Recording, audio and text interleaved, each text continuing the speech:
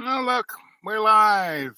Oh, good morning, good evening, good afternoon, wherever you are. This is your Sensei Al Bob. And today's show, what have you lost? What have you lost? Hmm? Lost your virginity? Lost your house? Lost your pride? Lost your self-esteem? What have you lost? Now, I have misplaced my phone. I had it right on top of this laptop. I had it right here. I put on the brakes and I heard it go kathud. I looked everywhere. Now, why do they make cell phones black when the interior to most things is black? You know, I mean, why did they make it screaming yellow so I could see where the frick it is? Right? I'm sure it's just here, or it's slipped out and it's on the side of the highway somewhere. So that's the problem. What's going on? You know. So have the Ukrainians lost their country? Did they ever have it? Have the Russians lost their history? Do they ever have it? Is the American Constitution worth anything, even the paper it's on? No.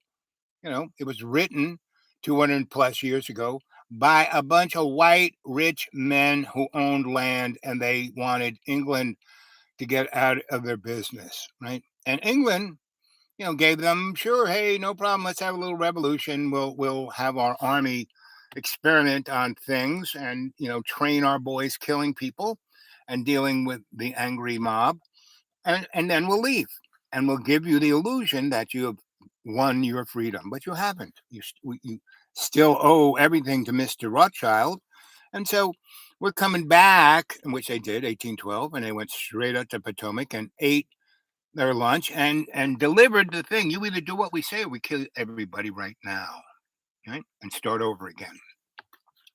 We'll let you pretend you have a manifest destiny. We'll let you pretend that you have any kind of destiny. You already believe in the hoax of religion, so hey, you'll believe in the hoax of democracy, right?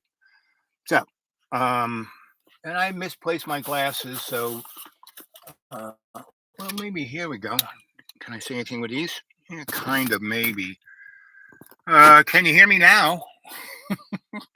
So, I just watch with amazement. I was just talking to this guy. Came, I thought he was going to bulldoze everything down, but he was just cleaning the road, and we had a very nice long conversation. And he used to be a big time banker, and he quit that because he realized he was just a scumbag for the man. So he was. I said, "You ever see the movie?" And then Repo Man, right? So that's exactly where we were at. Yeah.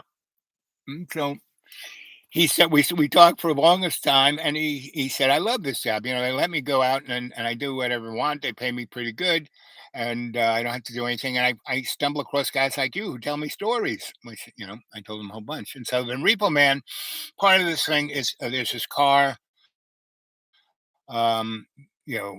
By I call them A bombers, guys who worked on the Manhattan Project, and really it wasn't just about the atomic bomb. They were developing whole other concepts. They were taking Einsteinian physics, and then the boys who were talking about multi dimensions and black holes and that kind of stuff, like Schrodinger and that whole other crew in the Manhattan Project, and that's really what they were doing the dark arts basically, and talking about doing drugs. These guys were huffing plutonium, all of them. They all did, you know. And because, ooh, baby, there's I don't know if you've ever seen um, the movie Wonder Woman, the first one, right? When the guy kind of lands on, the Germans are chasing him, and they go through the fog. He goes through the fog, and then the Germans go through the fog, and they come out on the island of Lesbos. Gets there first, and Wonder Woman lassos him with her rope of truth, and he spills the beans. And they think he's he's an all right guy. But then the Germans show up and start shooting everybody, and then the Amazons eat their lunch. Amazons only have spears, swords, and you know bows and arrows, and the Germans have machine guns, artillery, and the Amazons eat their lunch. I mean, yes, a lot of Amazons die, but the poor little Germans didn't know what they were getting their act into. So they got sunk. The white-haired boy goes, and the queen of the daughter, who's going to be the queen of the Amazons. Here's the story about what's going on in World War I, and she goes, "That's Ares. I want to kick that guy's ass." So you know, but if she leaves the island, goes through the flag, she's not getting back. So her mother says, "Why don't you just let these guys kill themselves? They won't stumble in here again, and if they do, we'll kick their ass, right?" So I mean, we've grabbed some of their weapons. We're figuring out how to use them. We got that big boat now. We'll just keep it there. If something shows up, we'll blow it out of the water, right? And so no, she goes, no, no, we have to. I'm going to, because if I can kill Ares, that'll be the end of war. And her mother goes, well, and then her mother's best friend, who's been, uh, you know, Wonder Woman's teacher since she's a little girl, basically, "Well, you got to let her do this." Right? So she goes off with the boy. She kind of falls in love with him, but she had no idea what a guy is. She thinks they're a jerk. And anyway, so we go into the movie, and he brings her into the 20th century of World War I Europe, and takes her to London, and she's wearing her swimsuit and everything, and everyone's like, "Whoa!"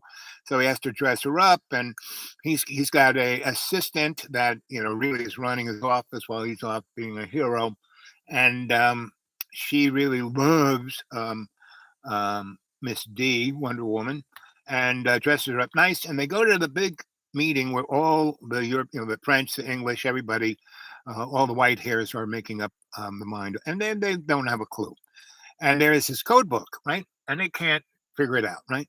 So Wonder Woman, because she can read Latin and Greek and every language known to man, she breaks it like that. And she says, "This is what it is. This is what they're going to do. We have to go." And they go, "Well, that's very nice, but she's a woman. What's she even doing here?"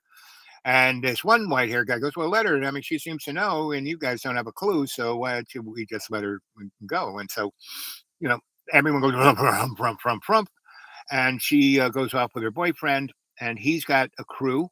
This French, these are all guys who are like obvious war heroes, but fighting this war has like taken it out of them. So they're in a bar just drinking, and he brings them in. He says, "Okay, we're going to go, back on the front lines and go, stop this. They've got a secret weapon that's going to kill everyone, and you know, um, we have to." We have to do it. And and then they meet her, and they look at him and look at her, look at him, and she's our leader. We'll go. So they go.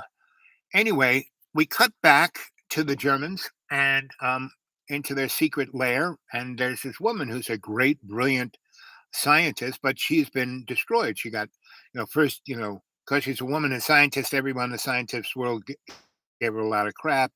And then she just had to prove herself to the point where she blew herself up, but didn't die and kept making these evil weapons because the only thing left of her was her evil ego, and it was being stoked by Ares, right? And so there was this head German general that Ares had, um, you know, on drugs, and he could control the number one German general because he kept giving these exotic drugs, and one of them was you know the stuff that the guys were huffing, all Oppenheimer, General Groves, Fermi, all of those guys were huffing this isotope that made you strong and brilliant, and but not for much long. And every time he used it, made you stupider and weaker every time he used it. So, and that's kind of, and it puts you into a bad way, meaning instead of being noble, I mean, why are we here? Are we here to kill everyone? Are we here to be general store managers? Are we here to be repo guys? No, we're here to learn to be our better self. And this stuff that Ares was having all these generals and scientists huff made them their worst. And that's why at Trinity, when they blew up the first atomic bomb, and they weren't the first, the Nazis had an atomic bomb, right? And so, I mean, how did the Nazis kill 60 million Russians, you know, in less than 4 years, because they had nuclear weapons. And the Russians didn't talk about it. The Nazis had it. They didn't advertise it. And they knew that, the Allies knew about it because they knew that they were trying to reproduce what the Nazis already had. Right. And the Nazis' business plan wasn't, you know, because there was National Socialist Party, there were the Nazis, and then, the brown shirts, and then the SS in leather, and then Hail Hydra, right? And Stan Lee had got it 100%. And go watch those first Captain American movies, you see it. The second one, when he starts to realize that Hydra is everywhere, that they actually won World War II, that Shield was just barely hanging in there, and they were controlled by Hydra anyway. So, and that's the story, right? And so, they were sent to this military facility in New Jersey, and that's when Captain America. This is where I had that. I was trained here, and then I had the experiment and turned me into this, and so they're like poking around, and they bump into a lab. Everything looks like it's closed down, and they find this gigantic computer facility. But I mean, it was state of the art, like in the 1960s, and so they have a thumb drive, and they go, look, I plug their thumb drive into the machine, and it comes on, right?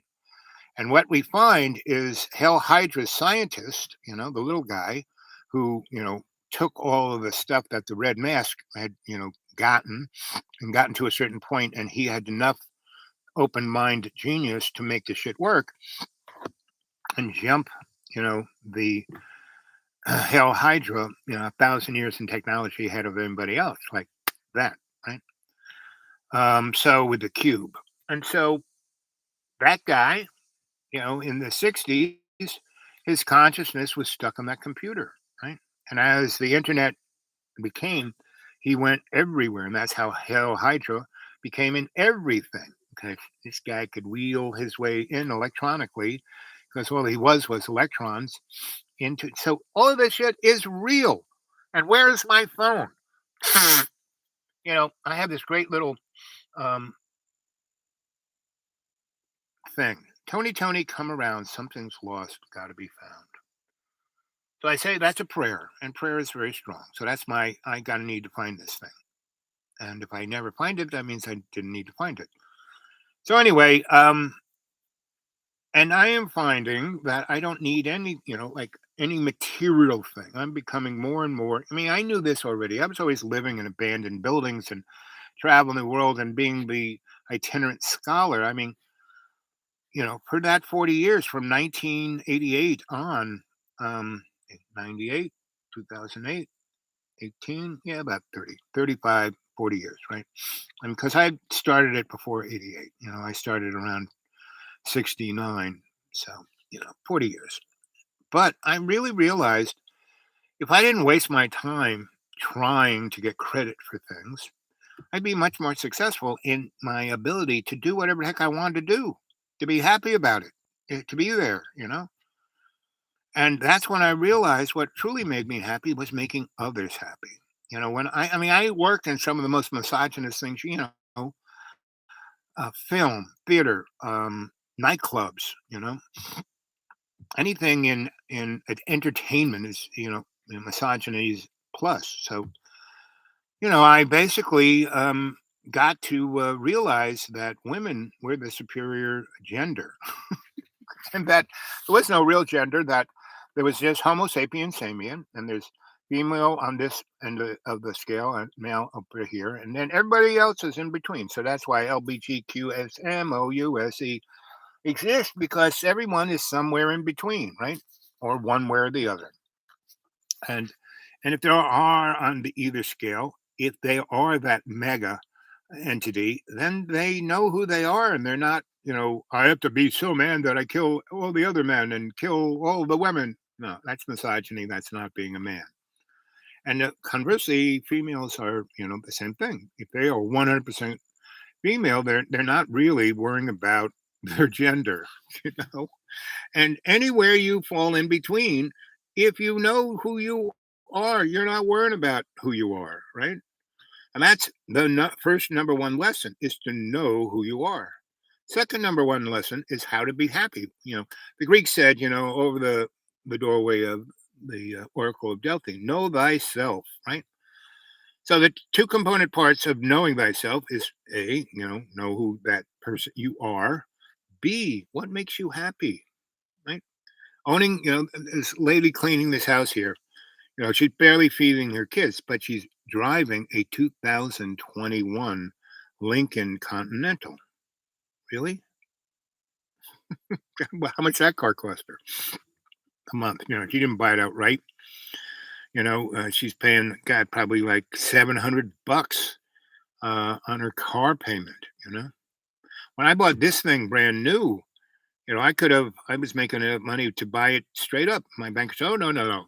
Here, I'll give you a loan, and I'll give you a loan here." But he bent all the numbers. He said, "Just have to pay, uh, $35 a month."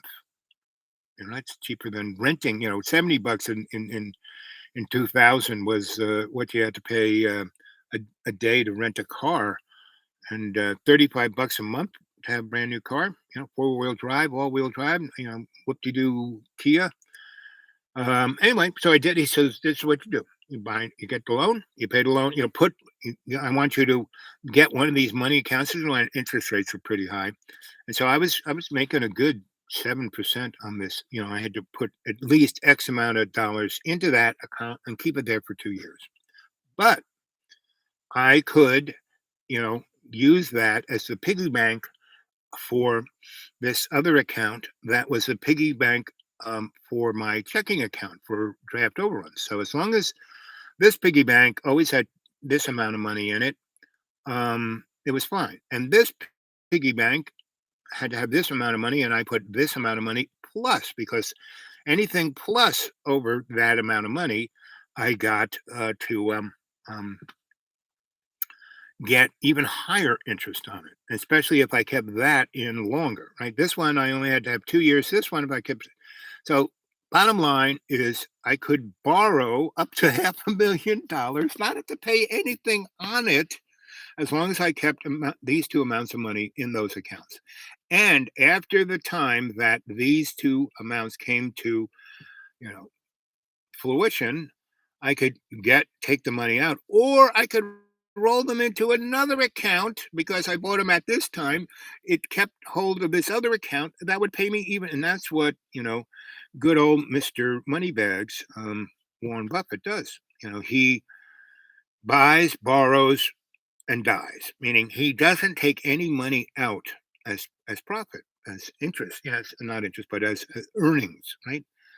And so my lawyer, my accountant, and my banker all, and I wasn't Warren Buffett. I didn't have tremendous interest. They just show me how this little trick that billionaire, millionaire, trillionaires use, and that you could, if you had a cash flow, and that you could use X amount of money into these kind of things, you didn't really have to worry.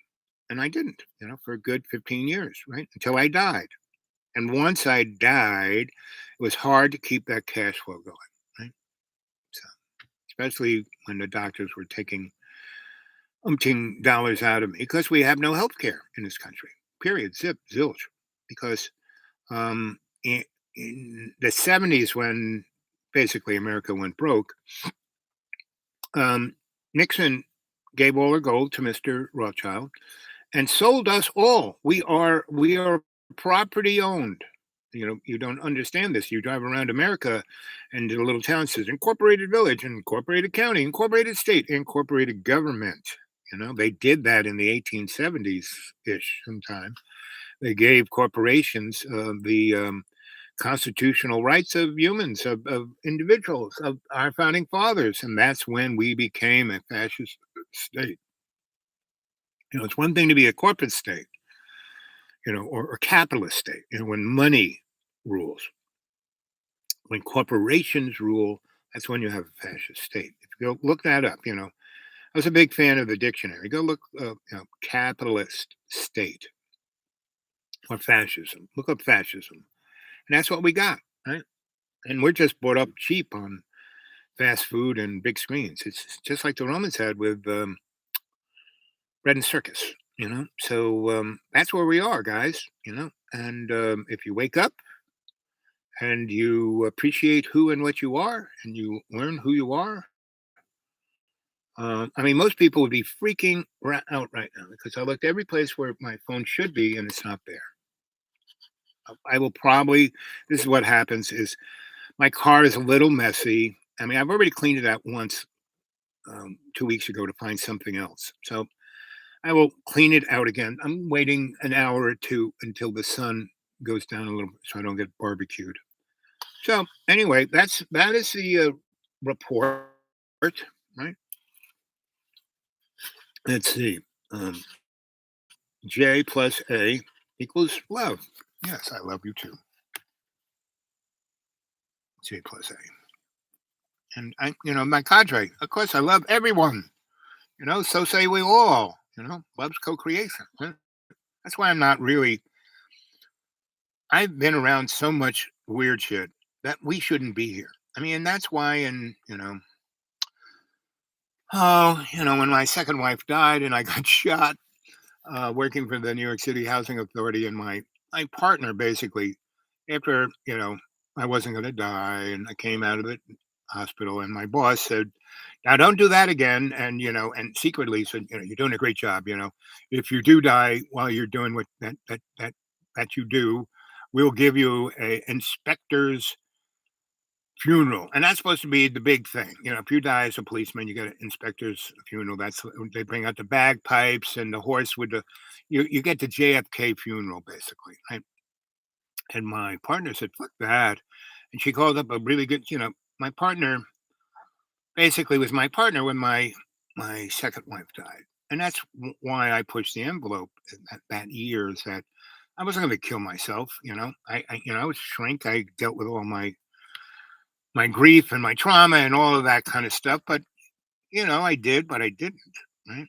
Really, I still there's a little part of me still, and that's why I ever, since then, every woman I've been involved with, we have this great romance and great this and the great, and they think I'm the great thing, most amazing man. I'm going to marry this guy. Will, live happily ever after. Well, pretty much no one ever does, right? And then they would really get to know me and realize, oh, because they could not compete. If I had an affair with somebody else, no big deal, because they could deal with that, right? And that person's there.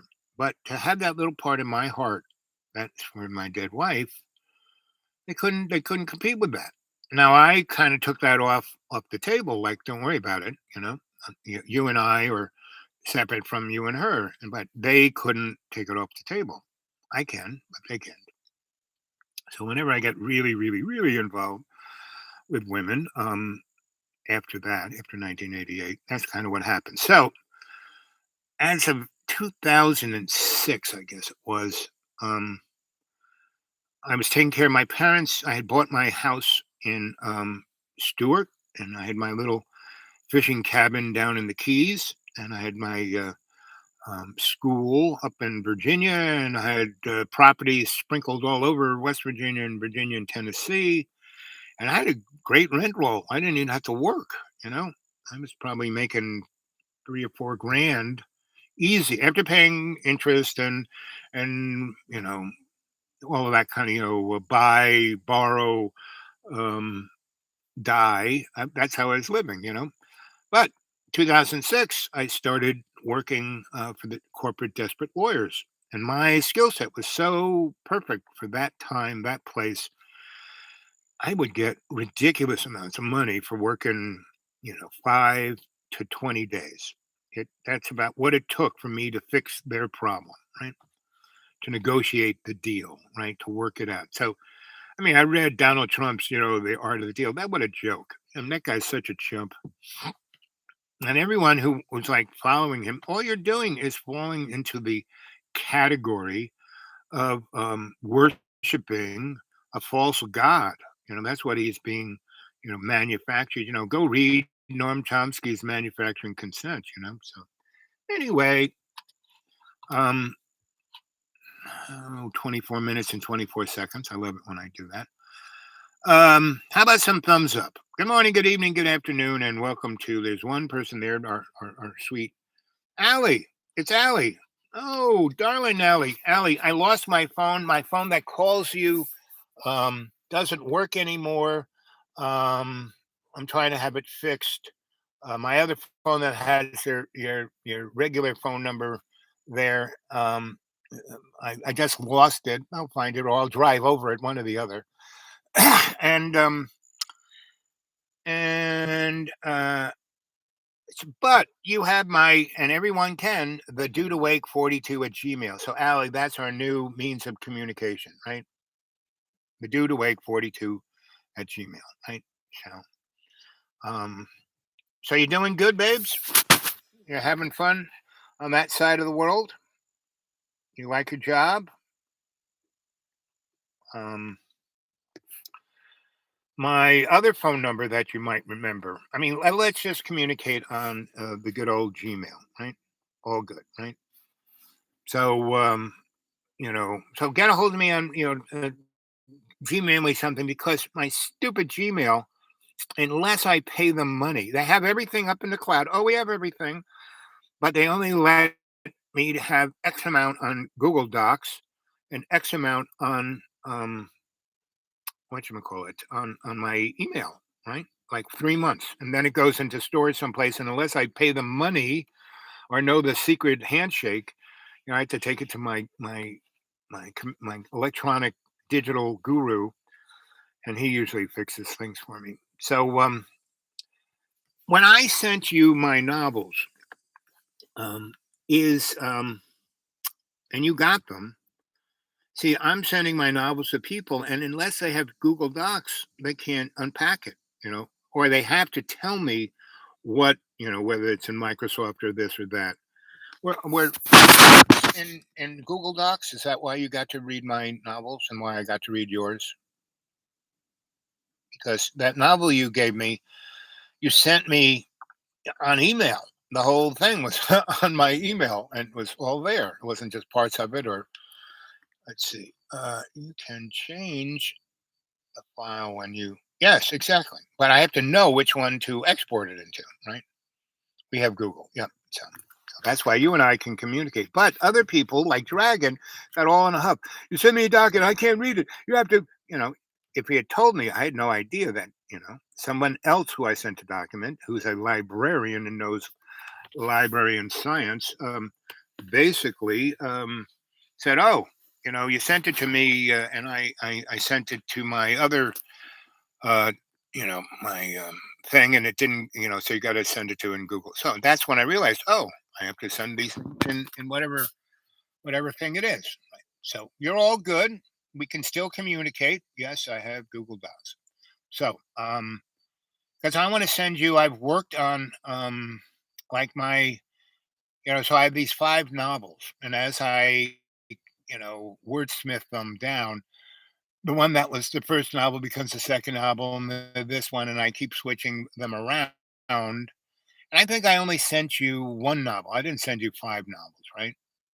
So I have this. The last I have. Let's see. The first novel that at this moment is called Death. Second one is Ear Hair. I think I might have sent you Ear Hair. And then there's Legend, Legacy, and Death. Right. Well, I'm decided to put Death first because we come into the world from the death world, right? And so, and living out here in this is one crazy, crazy neck of the woods because I'm between Damascus, Virginia, Johnson City, Tennessee, and Boone, North Carolina, right? Where so Johnson City has ETSU, the big flagship of Tennessee schools, excellent, excellent university. Boone has App State, which is just a party school. It's got every degree you can imagine. But I mean, this, I was sitting by this river, the Watauga River that goes from Boone into Tennessee. Really beautiful river. Once it gets into the lake, it becomes cesspool, but the river is beautiful. And there's a great place that floods out. It's like a canyon, and the state of North Carolina decided to build a nice entrance with a parking lot with handicap parking for me, and so I can just hobble into this place, go down this path, and there are all of these.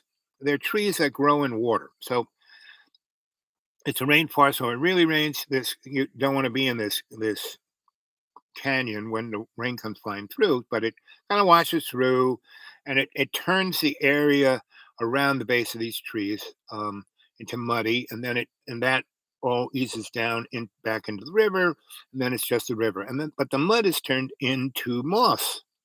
There are all these trees that are are squirrely trees, and I can hang my hammock onto it, right?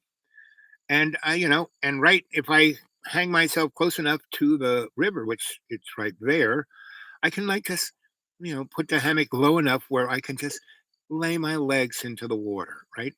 And if I have my swimming shoes on, I just kind of step up, and right there it's got all of this mucky, sandy, silty, no rocks, so I can walk out into the water. So it's perfection for me. I have a hammock, I'm in there, and no one ever sees me. So all these kids who are coming from App State to, smoke pot and drink and get drunk and jump into the water and do all that kind of stuff, they're like right there.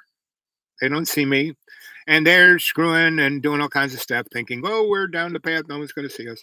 And I'm just swinging along. It's like better than TV, right? And they have arguments, and they're telling jokes, and they're laughing, and they have their boom boxes, and their playlists, and it's very, I'm just sitting there reading a book, listening to these people, and then when they are like right there, and they still do not notice me. I mean, I am right there, right?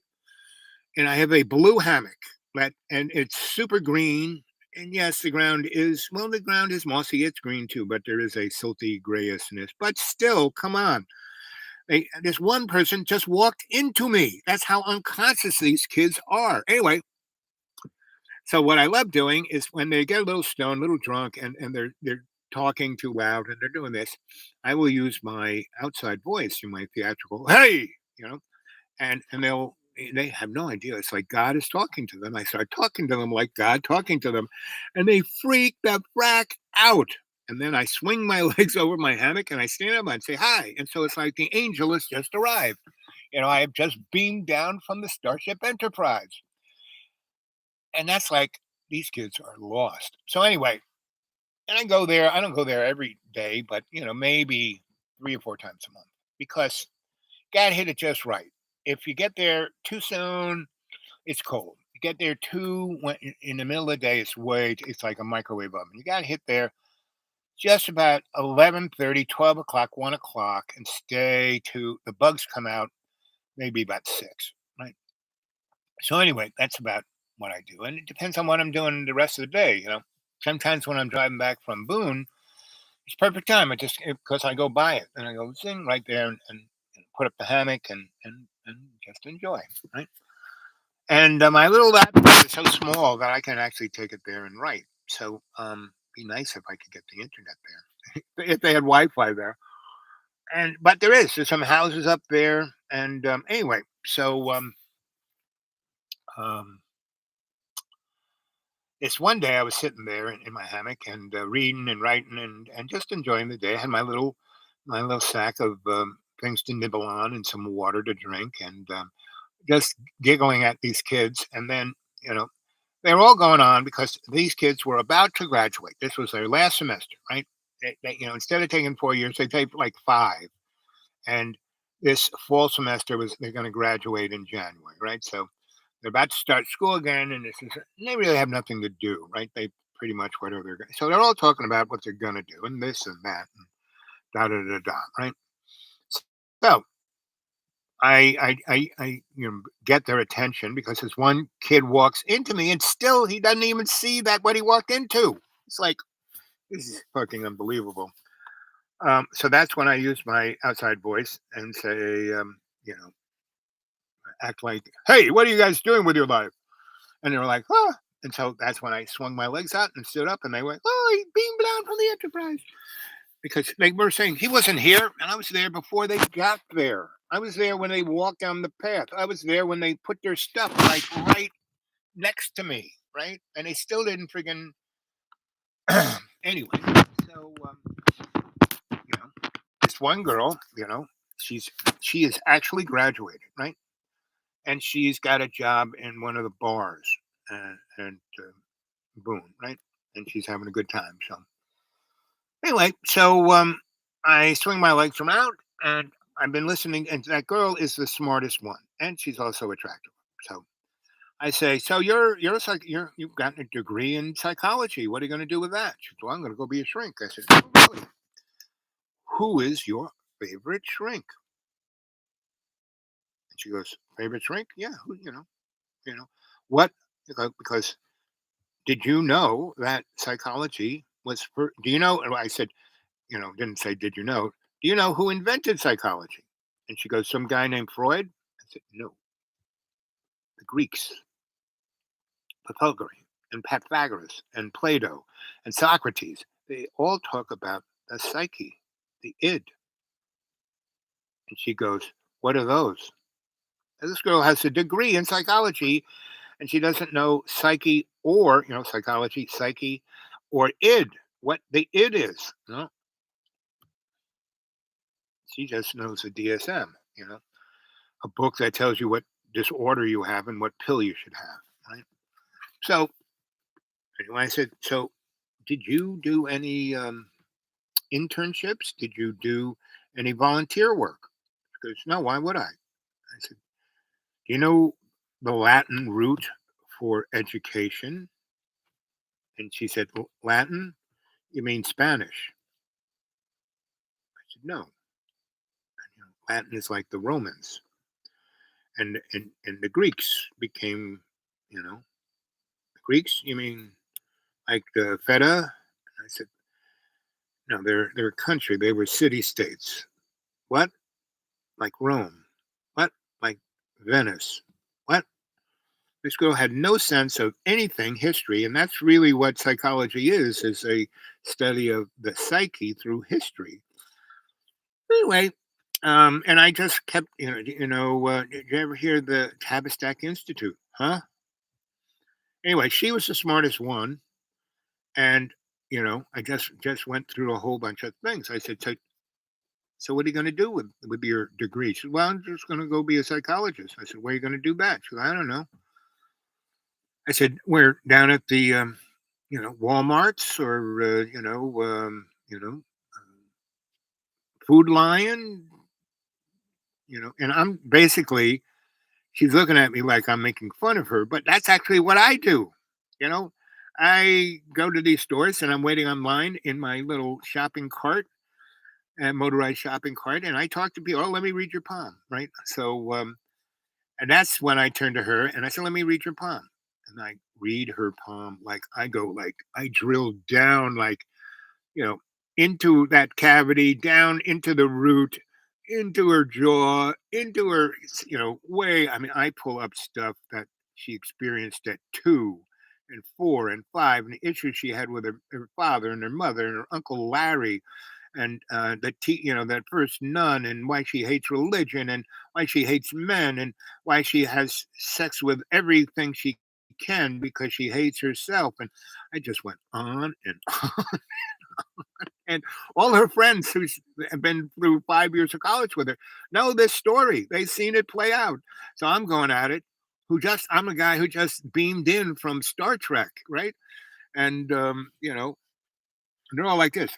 As soon as I had put her into comatose, I then said, "Oh, they kind of were just staying there." I said, "Get in line." So they all get in line. I just go boom, boom, boom, boom, boom, boom, and I don't dig down quite as deep. I don't want to, you know, psychically scar them. Well, I didn't psychically scar this girl. What I did was I shook her up. I don't know if you've ever seen. I used to live in New York, and I used to live in abandoned buildings, and I used to live in the kind of abandoned building I used to really like was along the Hudson River, from about the Battery. up to 34th Street. That's where the West Village was. And they were all because that's where all the boats came in. So there were all these big long docks. And there was still dock buildings on them, where they'd unload the boat and put the stuff there until the harbor master released them. And that's why you get a birth certificate. It's just like the birth certificate you have when you were born is the same legal document through admiralty law as they have when a boat docks in a port. You are viewed as property, just like that. So basically, um, I would live in these gigantic big buildings because there was nobody in them, right? And there would be power and gas and water and everything you'd ever want. And there'd be tons of shit in there, big crates, wood, stuff that was supposed to go somewhere in 1958 and never went anywhere.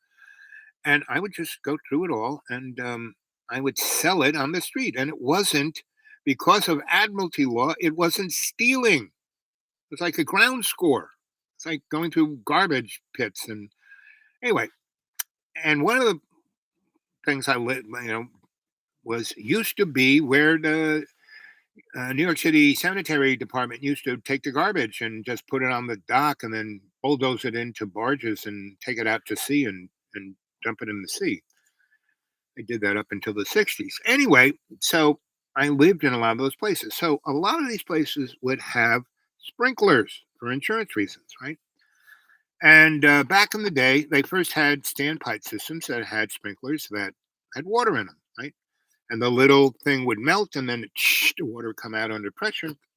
But in buildings like this that had no heat, the sprinklers had like this other medium that wouldn't freeze, right? Right? And it was, I don't know why, but dust that was all everywhere would collect on the pipe and build and build and build until it was like this high. And then if you hit that pipe with a hammer or something, the dust would go bing. It would be like hitting a bell, and the dust would go everywhere, and it would just the whole building. So I would turn these things into rave pits way before raves. I was having nightclubs like that way before, like in the late '60s, early '70s, especially in the '70s when New York went bankrupt. You could do anything you wanted to. No one cared. New York City went from having 30,000 cops down to 8,000 in one day because they just went bankrupt. They couldn't afford them. They could afford 8,000, take care of the rich people. Everybody else had to, swim for that. So whenever I hear people, we have to defund the police, good luck with that. So, because I saw it happen, So, um, Miss Allie, darling, please send me a note because the only way I can hear from you is, um, send me an email. And anybody else can get a hold of me at the dudeawake42 at Gmail, dudeawake42 at Gmail. And here's 43 minutes and 43 seconds. And this is the first time I'm going to say, hey, send me something on PayPal, please. And thank you. So in the last 3 months, one person sent me $50. I haven't had any. I had a cadre that were quite amazing. That they always sent me something every month, and none of them have for the last 3 months. So life must be tough. I mean, they didn't have a lot of money. They were sending me $10, $15, $17, $20, but I haven't heard hide nor hair of them since 3 months ago when the inflation things started happening. But kids, we've had inflation forever. I took a course in economics, statistical economics, and my teacher said, "Okay, kids, I'm going to teach you how to lie with numbers, and that's all you can do with numbers is lie, right? Even in science, it's lying. That's why they teach math the wrong way. Math needs to be um, basically shown. It's not something you can read a textbook and get in your head. The paranormal. I mean, the integer of this coefficient of this, no. You kind of have to visualize math, right? And the only way you can visualize math is through geometry. So they need to speak. If you want to learn math, you need to teach geometry first and then go from there, you know, because then you can visualize math. Geometry allows you, that's why, the smartest scientist ever was well, in line, first Nikola Tesla, but then, Mr. Geometry, what's his name? Paraga. I don't have the teeth to pronounce his name. And when I try, I will just start to stutter. But it starts with a P, and it's a fashion of geometry. So if we taught that first, then we could teach everyone math. But they don't want to teach anybody math because then you could realize that everyone's lying with numbers, right? So what can I say? Mm,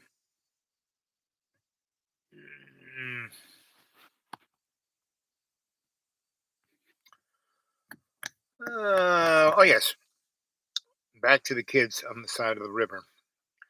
So that girl who was, oh, I got a bachelor's degree in psychology. I got to be a psychologist, and she didn't even know. I said, "Who's your favorite psychologist?" She didn't have one. Right? Mine is French guy who said, every time you point your finger at somebody else and blame them for your problem, it's you should be pointing the finger at yourself. Lecointe. That was my favorite. If you of that era, there's been some great guys, who don't even call themselves psychologists. Like Thomas Merton. And then the ninth century philosophers. They were psychologists. And the Greeks too. You know. So anyway, so this girl goes, "I'm going to be a psychologist," and then I go, "Oh, really?" And I read her palm, and she drilled straight down into where I left her, like, you know. And then I went and did everybody else in that group, right? And then I basically gave her a thing to. I said, "Okay, now you're stuck, right? You're in that place that put you in this place that you have been since you were, 4." And now you are there right now. So I am going to hit you like a tuning fork, and you're going to vibrate. And all this, psychological dust that you've collected, just like that visualization of that pipe, and you hit it, and all the dust goes everywhere. Um, that's going to be you, and it's all going to fall down. And you're going to be able to look at it and see those things that really affected you and how you can rebuild a structure that you can have a life that you can really build it on. And that thing you need to build it on is not yourself, not your ego, but how you can help others. Right? That's why you went into psychology. Like, when you could have studied anything, and because especially at this school, it doesn't matter. What, you're just here to have a good time and work at that bar, right? And if you don't watch out, you'll be ending up before you blink, you'll be 68 years old, still working at that same bar, still having the same issues. Right? So then I hit a certain um, frequency, and she was like went like that, like a dog coming out of a lake all wet and shaking it off, and the dust going everywhere. And she started, crying. And I'd already read all the rest, and I didn't, cut their quip. And they were seeing this, and she's the alpha of their crew, and she's bawling and hugging me. And anyway, this one guy goes, "Well, don't we have to go to a party?" And they go, "Oh yes." I said, "Hey kids, you know, and they all were getting their shit together." And I look in their handbags, and they all got money in their handbags and their wallets, and I said, "Hey, how about everyone here taking a five or a tenner out of your handbag or out," because they had tens, twenties, Benjamins. They these were all bourgeois kids, and plastic. And I said, "I really have no money. How about you guys? I just gave you something, to show how much you appreciated it and what you valued it. why don't you just, go take whatever and give it to me, right? So even the girl who's, just wiping her tears, so yes, we have to go to the party. We have to go to the party. We have to go to the party. We have to go to the party. No one. They said, "Oh, I'm sorry. We don't have any money to spare." Really? That's what I said. Really? And I said, "Well, it's starting to get dark. How about you're young and spry. How about some of you help me break down my tent? Because I had it on two trees and yes, it was mossy and when there's sunlight, it's easy to do. But when it's getting dark, because it's in, cavern and the sun's over on the other side of the mountain over there. I mean, it's still, it's not night. But, I'm a hobbly guy and basically blind. And when that's the worst time I can see. When it's really bright like this, I see great. When it's dark, I see really great. But when there's really bright and really dark and there's shadows in between, that's when I can't see anything. And that's what it was. And there, to get back to the parking lot, there were a couple places where if I slipped, I'd die. Right? I said, so how about you just take a few minutes and help me break down and just undo that, put it in my bag. Let's go. They said, oh, we don't have time, and they all ran away. It's like, really? So I still had a sandwich left. So I got back in because right now it was at the worst time. If I waited another 40 minutes, it would be, you know, I could see because it'd be darker and then it wouldn't be that big, bright, that big dark, right? So I just got back in my hammock and, I started eating my sandwich, was reading, um, I was reading this book called Ender's Game. You should read that. It's a, sci-fi thing written in the 70s. Sci-fi is a great. That's why I kind of use that genre a bit because you can Dr. Al. That's me. Is that Mr. Tool? Yeah, Tools. I misplaced your phone number. Can you? And all my phones have died, and my electronics is going wacky, and I misplaced my other phone that I have your number on. So that's why I haven't, got a hold of you. Email me, everybody. Email me your, hey, here I am, Al, and B, here's my phone number if I'm in America, or here is my, WhatsApp thing.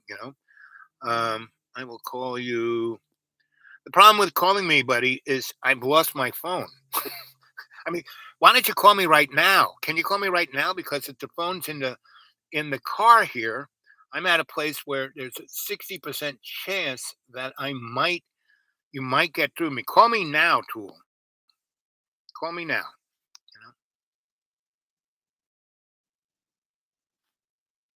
Because otherwise I dropped it somewhere outside the car.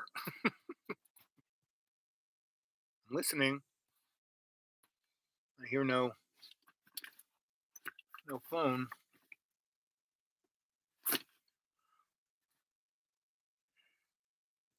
Are you calling my 828 number or my 540 number? Because my 540 number, I didn't have money to energize it to open up the line.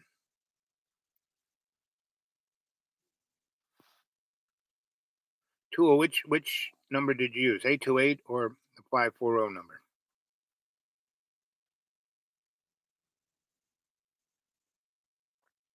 Yeah. Means I misplaced my phone outside the car. That expands the lost and found neck of the woods. Such is life. Or the other thing is, I'm just out of, you know, it was a 60% chance that you would be able to get a signal through to me because I'm out in the woods. But again, all that does is strengthens my abilities to find my phone wherever the frick it is. And I'm not going to freak about that. I can't find it now or even tonight or tomorrow. I'll find it, even if I, run over it with my car and I hear it go crackle, crackle, crackle, I'll know what it is. So anyway, so I'm not worrying about it. And that's, it's good to do that, to have that exercise, to do things. My life is made up with that, meaning people go, "Oh, you're really smart. You really got it under control. Wow, you're really, oh, you're no, I'm none of the above. But what I do have is a perspective of years, right?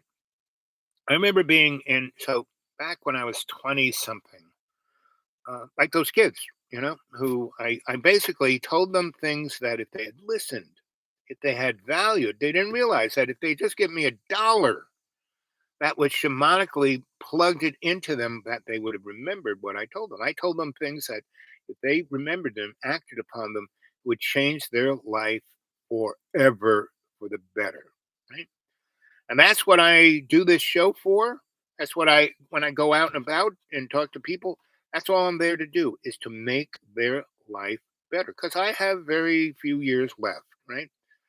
I've been there, done that, had the t-shirt, printed the t-shirt, you know, did the concert that the t-shirt was about, had my face on the t-shirt. You know, none of that matters, right? And people getting upset that they're going to concerts because that's all their life is about, is go to these big events. I used to put them on, you know and now they're being run by gigantic corporations. And concerts, the like the guys who did Woodstock. So I worked for the guy who promoted and produced Woodstock was a guy named Billy Graham. He wasn't the evangelicist. He was a nice Jewish boy who basically had the Fillmore East, Fillmore West, and he was a guy who always was stepped. He was on his 20 all the freaking was. Bob Goddard, another guy, had his 20, right? Both World War II Korean vet guys, and really saw it, knew it, and had, when it came out in their 20s, said, I'm not going to do what my parents say to do. I'm not going to do this. I'm going to do what I really want to do, and I'm going to do it. And Bob loved the theater. He loved lighting theater. He loved, right? So he had Joshua Light Show and uh, what's the other show he had? Joshua Light Show and Pig Lights, right? And I was, well, both of theirs. I was the ME for Billy Graham. So, I rewired the Fillmore East in his time. I rewired it again when it became the Saint. So, and then rewired it again when it became a shopping mall. So, I've been to, like, my school bus. If I've shown my school bus, and I got that back in festivals and events, right? Well, your connection is going south. Whenever so anyway, so that's what my bus was. Actually, the federal government bought me that bus because they had me go up into bloody Madison, North Carolina, before they built the I-26 interstate, because that's where all the guys doing look like, you know, Mary Poppins. And so every time, anybody like, alcohol, ATF went up there, they would just kill them all. They would never find those guys' bodies. They sent the FBI went up, never found those people. They forget the shit that's going on. Oh, we're so upset. The FBI's been threatened. Like I said, those guys are incompetent. And how you got it all cleaned up? Yes, the boss makes the biggest mess. They were here last. And did you see the beautiful job the Queen did on painting? Awesome. It looks like a new place. I mean, it really does. Yep. I mean, it's almost a little bit too mountainish before. Abused. It was being abused. Yep. Yep. And you're doing a great job too. Yep. So anyway, so these guys had it down. So I was sent from Cornell to Asheville to work for the federal government to do ethnography on the Biltmore House, because these trailer trash folk who married into the family were turning Biltmore House into, trailer trash, right? They were using the Louis XIV Anwar as a hockey net. So me and this brilliant woman who was really, she was a librarian scientist, plus She made databases, but her real passion and everything was the Gilded Age architecture and history, which was what the Biltmore House was. So they hooked me up with her as her photographer and, you know, negotiator. Um, and we went in there and we spent a year doing ethnography on every piece of furniture, every piece of molding, doorknob, you name it. And what was quite interesting was that they had some really exotic technology. They had all these gigantic fireplaces, but no chimneys. They had these amazing metal plates behind them that, and there was no wires going to them.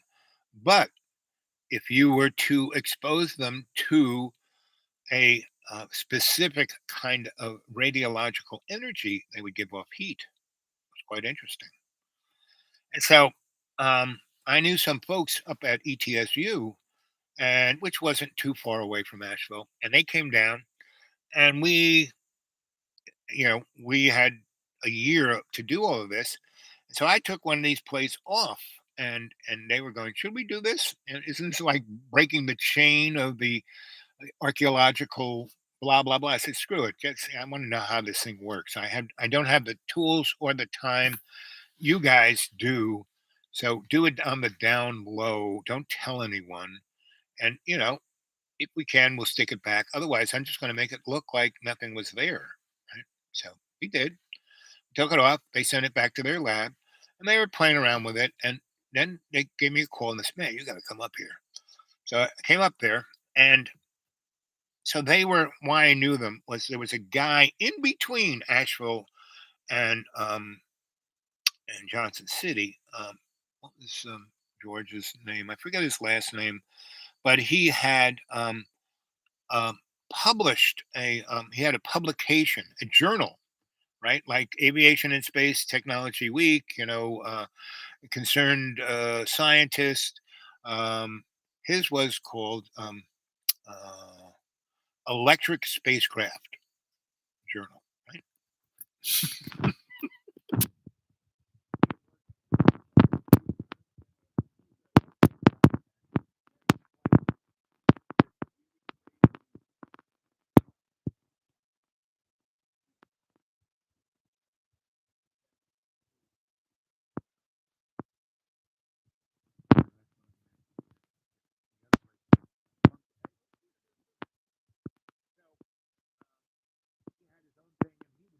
Way deep in the woods. No one knew where it was, and I just met his inner core, his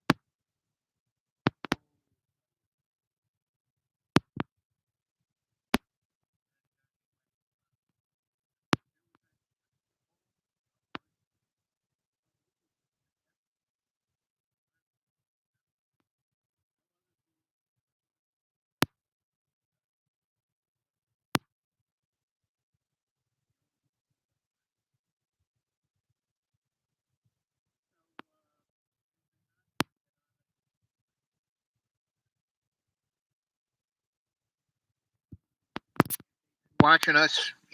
We're just somebody's entertaining, and they cancel the show. That's when we go off air. And The Simpsons had a number of good shows about that. So anyway, I think you're starting to get the picture of all this, right? Good morning, good evening, good afternoon, and don't believe a word I say. And if you're a snowflake, you shouldn't be watching the show. If you believe in anything, shouldn't be watching the show. If you disbelieve in anything, you shouldn't be watching the show. This is just, folks, this is just for your entertainment sake. And when you I want to help somebody out. Well, I am the poster boy for you should send something through PayPal because it still works. Somebody last week sent me $50 and no one has sent anything for almost 2 months, meaning those not normal, the usual suspects. I haven't heard hide and hair for 2 months. I hope they're okay.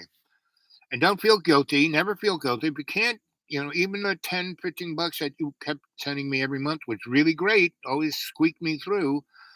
If you can't afford it, I understand. It's not a big deal. Even though I kind of bug the audience about, hey, come on, send me something. You got to be kidding me. So I know a lot of you in the cadre have pretty comfortable jobs. You're making somewhere between, you're all by yourself. It's just you and your kitty cat and your dog. And you're living on a piece of property that your great great grandfather had, and you really have no expenses, and you're making somewhere between 40 and 200,000 a year. And yes, you could send Sensei Al Bob $30, but you don't. You comment here on the cadre, we talk on the phone, but I don't hear hiding here. Nothing on the PayPal. And it works.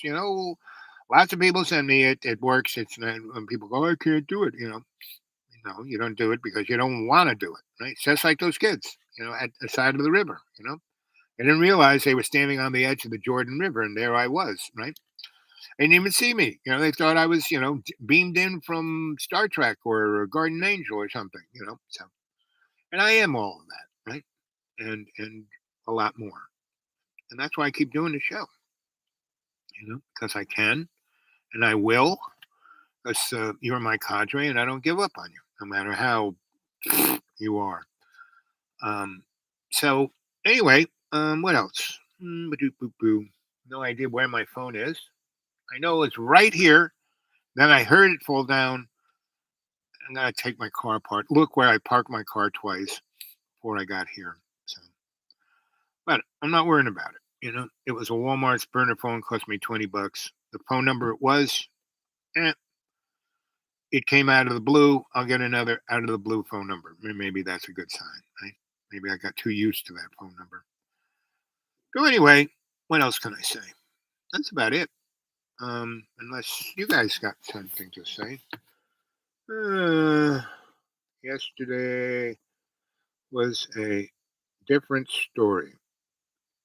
It's good now. Well, that's life. See, my life is a different story every minute, every second. I live in every moment that I am. The moment that went on that side of me, it's over. This one's not here yet. I'm just right here with you.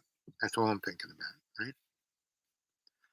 And whoever I'm with, you know, now I have memories of what went past, but I don't live in those memories. I appreciate them. I let them assist because, knowledge, right? If you go take it to the Greek root into the Sumerian, what does it mean? To learn through experience. It's not a diploma. Education, no, education. Education is learning through experience, right? Not a diploma, right? And that's where we've gone wrong in school. So every time I kind of pop into a school here, there, and everywhere, I do that. I just the first thing I do is I go see the principal or the president or the who's ever the highest authority of that unit, and I just walk right in their office, close the door, sit down, talk to them.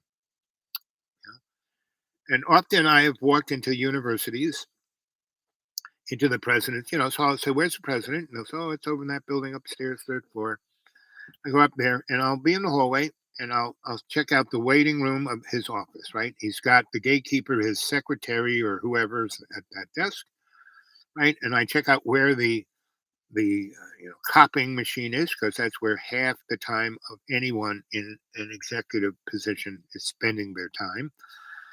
And and I check out the how to get here, where the egress, you know, and then usually there's a chair in the hallway, so I sit there.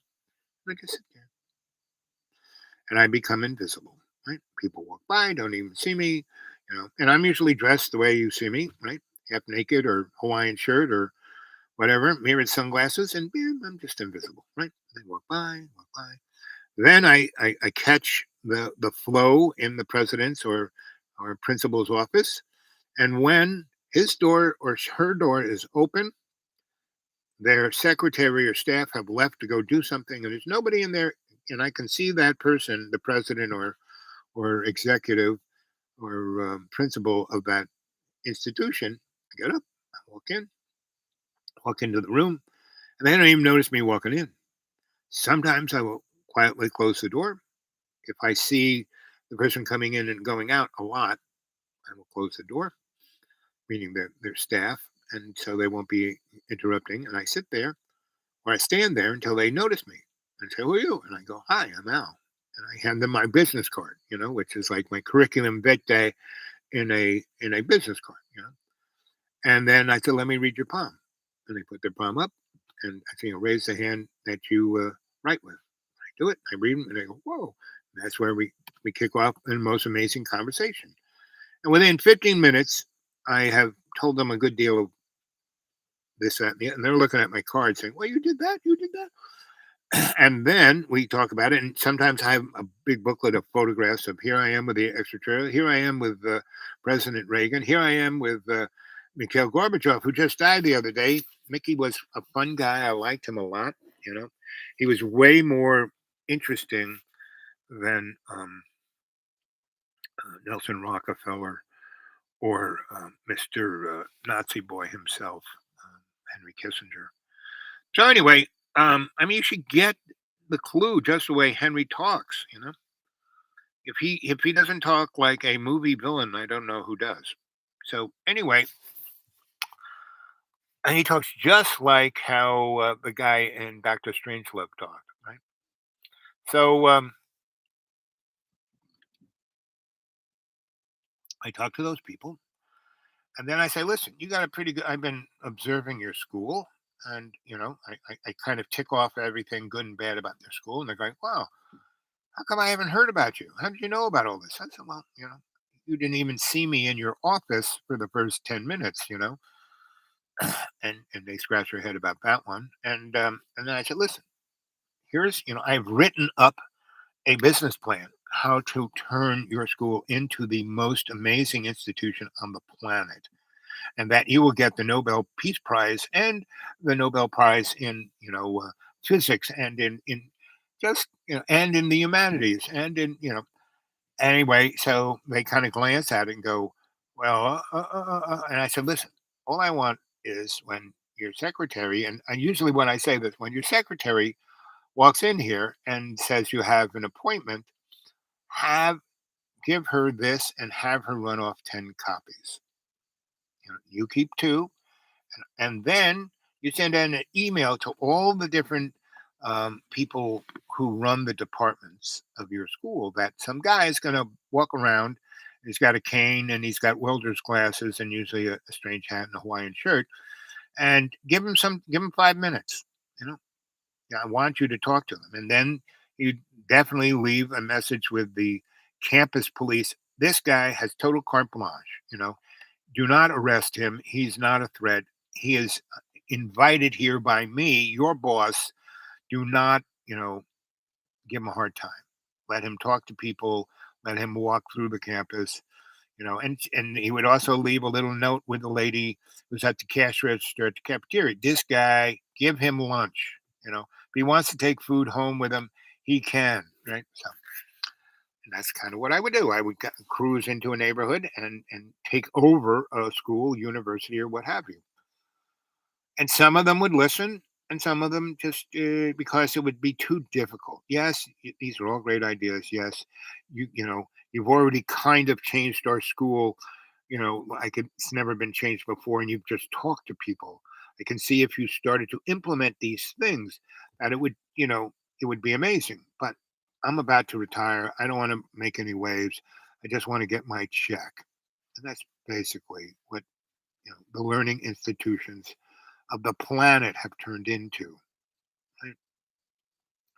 They are not freely inquiring societies, and that was the first thing I tried to do. In every institution I would go into, I would secretly start the freely inquiring society, and it would be like a fraternity or sorority, right? Or at the very least a club, right?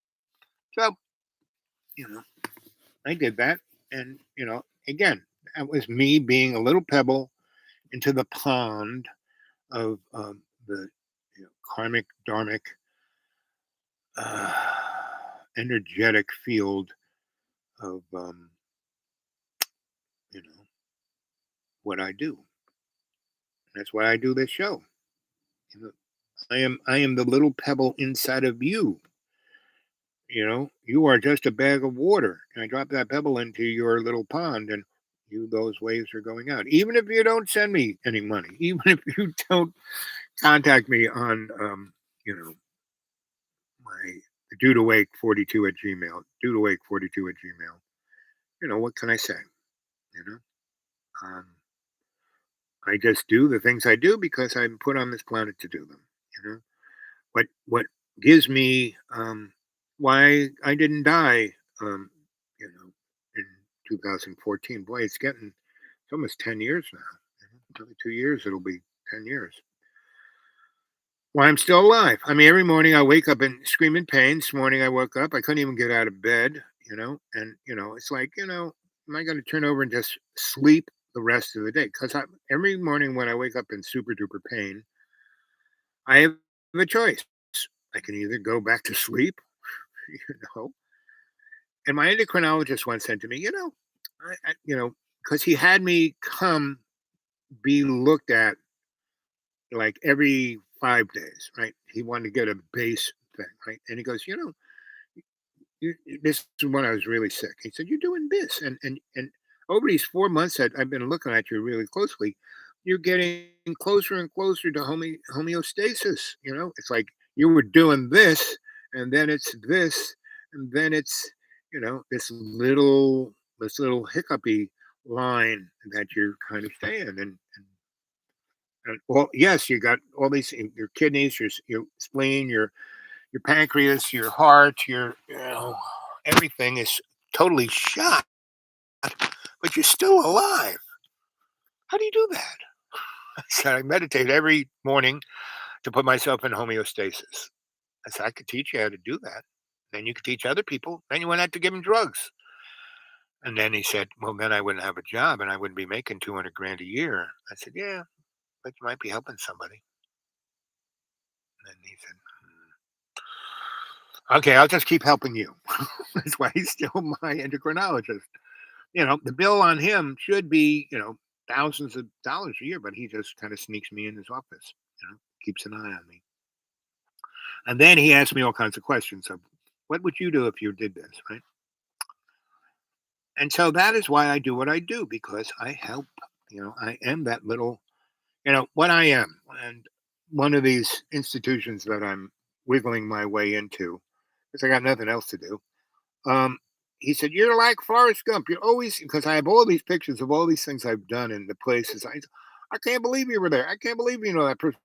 You're like Forrest Gump. And I said, "No, I'm not. I'm not like Forrest Gump." So, well, what are you like? And I said, "I am the feather." He had that face. I said, "In the beginning of the movie, right? What do you see? You see this crane shot of where Forrest's mommy, she lives on the plantation, but she ain't that kind of woman anymore." And then you hear the smack and Forrest going, "Ah," and then you see this feather before the smack and that static crane shot, right? And then the only movement you see is the feather kind of floats in. And then you hear the smack and the wah, and the feather's like floating, and it floats through. And the camera, as it's floating through the plane, the camera is dialing in to the the big house with the columns, and it's going to the second floor and through the window. And there is Forrest mommy's got him in her arms, and the three black women who delivered it, and there's no doctor there, and then the movie starts, and because the crane shot dollies past the feather, it gets bigger and bigger in the frame, and then it's outside the frame, and then it's going towards where the crying is coming from, and to the window, and there's Forrest, and then the movie starts, and then you go through all of what Forrest has gone to, right, and he has been at every amazing situation, you know, you know, everything, you name it. Forrest Gump was there, right? And the movie shows you he was there. I mean, people wouldn't believe it unless they saw the movie, right? And then at the end, he's his heart, you know, um, Jenny has died of AIDS, and his son is left, brilliant kid, is like way more grown up than anybody else in that whole county, and everyone loves him. And they're sitting there, after the bus let him off, and they're sitting there watching the tree that Forrest and Jenny used to hang from, the sun go down, right? And they're just sitting there experiencing that love, that memory. And little Forrest wasn't there, but his his empathy, his intellectual empathy is so expanded that he feels that love, even though it occurred, 20, 30 years before he was born. But he was the product of that love. And so he exemplifies it 100%. That's why he's almost curt in his being there, right? In love's co-creation. And that's what Little Forest is. He is being there in love's co-creation. And that's me. I'm not Little Forest, I'm that feather that floats through the frame. Right? That's me. Has the effect, but no, I did that. No ego. Right? That's what I was put on this earth, to be that feather. Pretty much when I go back, and so I have all these memories, I have all these photographs, because I was always doing stuff, hanging out with this person, doing that. I was hanging out in the CFR mainframe, where the big wigs are on Park Avenue and 69th Street. I remember I told, a friend of, some teacher I had, and, in college, that, Billy Kluver's a good, he's my mentor. Oh, Billy who? It's the guy who invented, he's Dr. Quigley's, because he knew Dr. Quigley at the CFR. I said, and Dr. Quigley's my mentor. What? I said, yeah, yeah. And I've been hanging out with this guy who, none dare call it conspiracy, Gary Allen. He's good bud, right? And I'm like, 19 and I'm at NYU. And this guy doesn't even know why I'm in his class because I'm not matriculating. And he's really pissed. I just keep going on and on. And he's like, "Ah, get out." Because he's 28 years old. He's still an adjunct. He's trying to be a tenured professor. He's not even there. It's not published. And all the stuff he's teaching, I was there when it was happening, right? And I was like 16 when it was happening. And so he's like, really. And so anyway, and I say, listen, you don't believe me. Why don't you there? And all of those people I just mentioned will be at that party, and you can talk to them in real life. Dr. Quigley will be there. Yep, Dr. Quigley will be there. So will Lisette Modell and Cartier-Bresson's house. Right, it's right on Fifth Avenue, right off of Washington Square. That really nice, right on the corner. That nice 1930s, 10-story apartment building. That's really, really very European. And every apartment has a beautiful veranda looking out onto Washington Square, and I'll come just to show you up. And I know you're lying. I said, okay, good. Bring a bottle of wine. So he shows up without anything, right? And Lisette, and he knew who Cartier Bresson was. He didn't know who Lisette was. And he knew that, Cartier got a Nobel Prize for his photograph during the Spanish Civil War. Uh,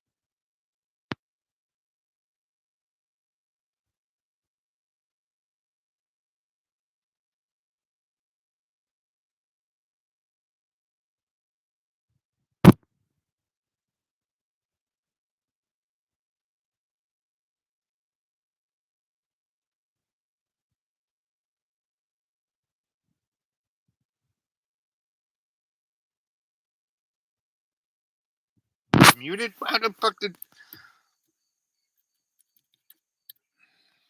I hate it when, I get into this philosophic stuff that's the most important, and then the powers that be grab a hold better. Okay. And, I'm not touching anything on I don't have it on a table. There is no holes that I'm covering. It's just what it is. It's just what the person who said, life gets more difficult as you become more James said that. Yes. So it's, like, again, my life isn't difficult. I mean, people look at my life, oh, it's so terrible. Oh, how do you live the way you live? I live pretty good. I have no problemo, right? I'm not lacking anything. Yeah, it'd be nice to have a few more dollars, because I could but if I had a few more dollars, I put gas in my car, and then I would drive it someplace and spend money. But not having enough gas, I just have enough to drive up to my neighbor's, you know, close enough to his house to get on his Wi-Fi. Right? That's the only real traveling I have.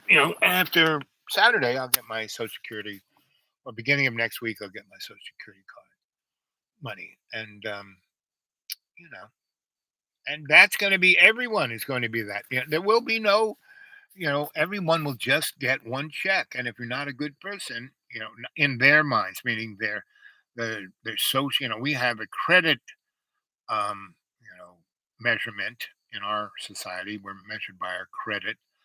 But in China, it's like your social, and if you aren't doing what they want you are like, and that's why no one's going to own anything. And you won't own your house, you won't own your car, you won't own anything. And if you don't do what the state says, they will just unplug you from the app, right? So I had this really good paying job, like, oh, it's getting on 15 years ago. And then I died. And then it took me 7 years to get back to this. And then, I took out my little black book, called up my clientele and said, hey, I'm back. Oh, I thought you were dead. No, no. But you got a project for me? Oh, no, we've got this new thing. It's called an app and it replaced you. I said, I was replaced with an app? You can't. No, no, no. We could never replace you, but it does it better because it kind of fixed the problem that you always fixed and that you fix for good, and the app fixes it for about 6 months, and so the people have to come back and pay us another $300,000. So you would fix it. Yes, we'd make 300 grand, but you'd fix it. Now this app just fixed it for 6 months, and then they had to come back and they had to pay us another 300 grand. It's better than we don't have to do anything. The app does it.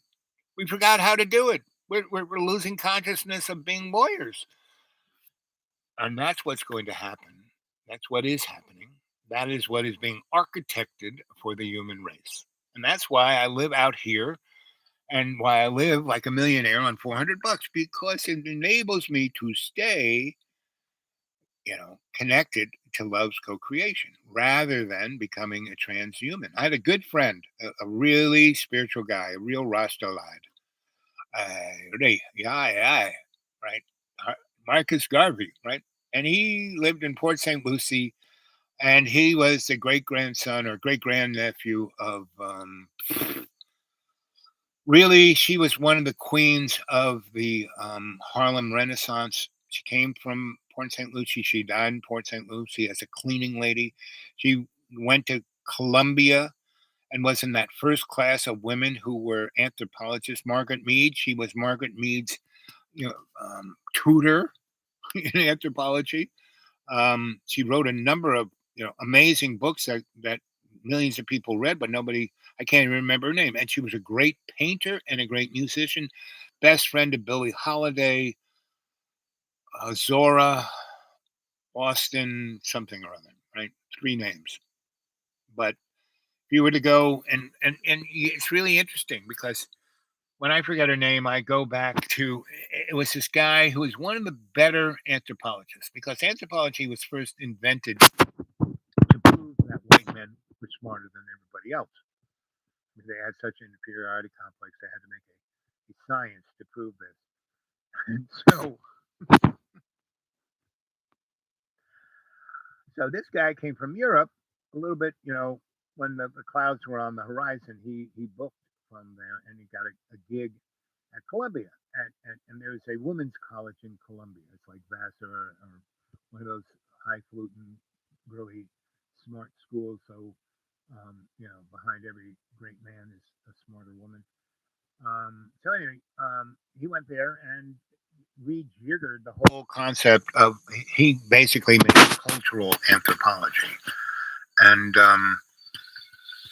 Margaret Mead and her buddy who went off and studied the sexual habits. Margaret Mead studied sexual habits of guys in Polynesia. So other ladies, teenagers, they both like teenagers. Teenagers' sexual habits out there in the islands. No, Margaret Mead went to the islands. This other girl went to New Mexico, and Zora was talking about black folk and poor people. And her books were way. You read those three girls' stuff. First name, and I should because I hung out with this guy who was, this woman was his great auntie, and he came from Jamaica, right? And he was born in Jamaica. His mom was in Jamaica. They were the Jamaican side of that family. And most of the slaves in America came through Jamaica because that's where, Christopher Columbus first came. And he turned all the Indians, 6 million of them, into slaves, and then he killed them all within about 4 years.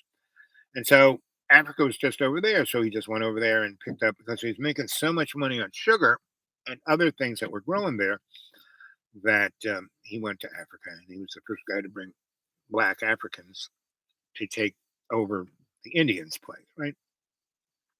So, so there's this Jamaican Caribbean. Glad I didn't hit the car. Connection with American slavery, and that's why we have Second Amendment because Haiti, which used to be where Christopher Columbus came to, they had a slave revolt and they kicked the Europeans out. They killed them all, right, and never really kind of let them back in. And the Europeans kind of got in on the side, side hustle. But that's why, the guys in America were so because, like you look at Mississippi before the Constitution, they had 3 million slaves and 60,000 rich white people, who own property and own slaves. So 60,000 over 3 million, you really piss those black guys off, they could eat them alive. And that's what happened in Hispaniola with Christopher Columbus. So they weren't going to sign the Constitution unless they could have their own militias that they could basically keep the slaves down, right? And then once they got it, all the other rich people, because they had their own slaves, like in the North, they had their own slaves. They were called Irish immigrants, and that's what the the great Irish Draft Rebellion was about. Go watch the movie Gangs of New York. At the end, there are all these gangs, they're all fighting, and at the end, and the Civil War is being lost by the North, so they're just taking more and more and more Irish folk in to just be thrown into the meat grinder of the Civil War. And they're stupid enough, as soon as they got off the boat, they're given a uniform and a gun. That's pretty stupid. And so they were trained how to use the gun down by the battery, and they would be keeping half the bullets in their pocket because they would go home living in the Five Corners and in the Lower East Side, and that's where the rebellion started. So once they had guns, they had ammunition, and they had a lot of moxie, so they just took Manhattan, and the American government, Lincoln, could not put it down. He sent the army guys in there. Well, half of them Irish. So once they sent the army guys in there, they went on the Irish draft rebellion side. And they said, "Well, we're going to take over New York and run it. It'll be our little country. So fuck everybody else."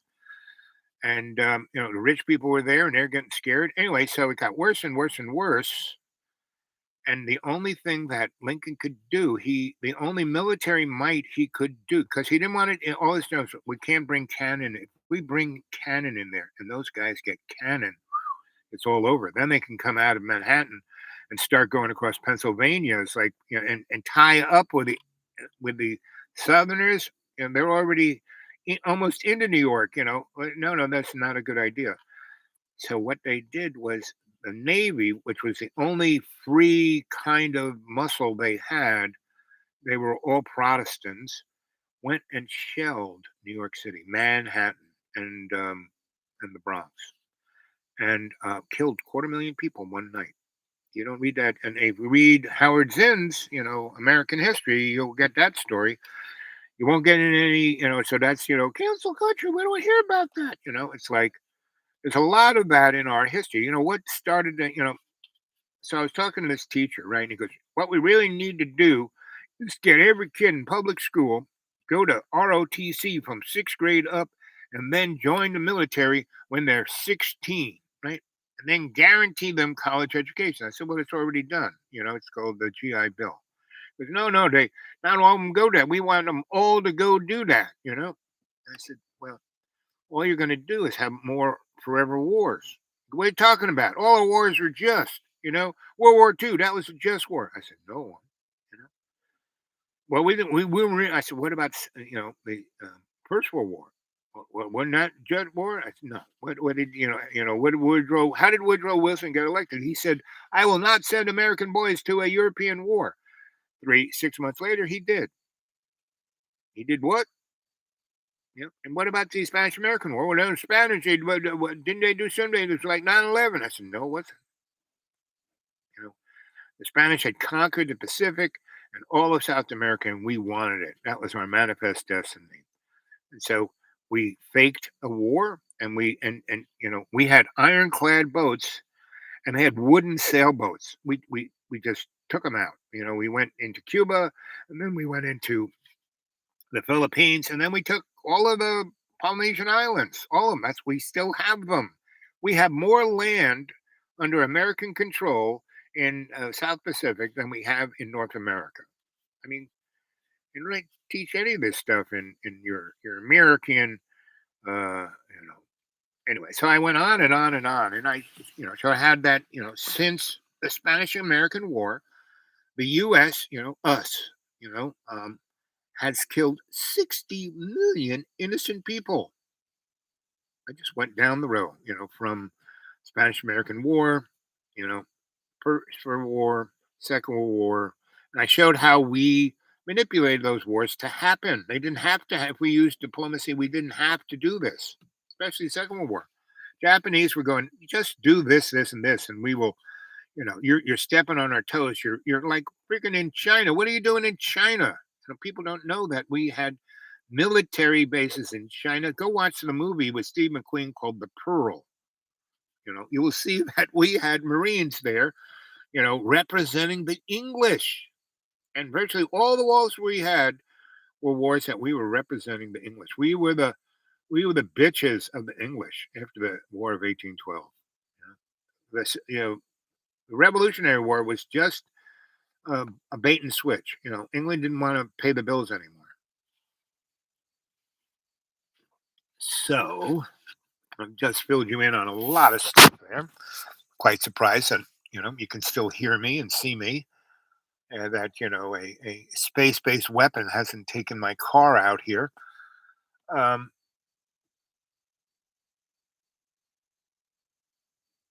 let's see.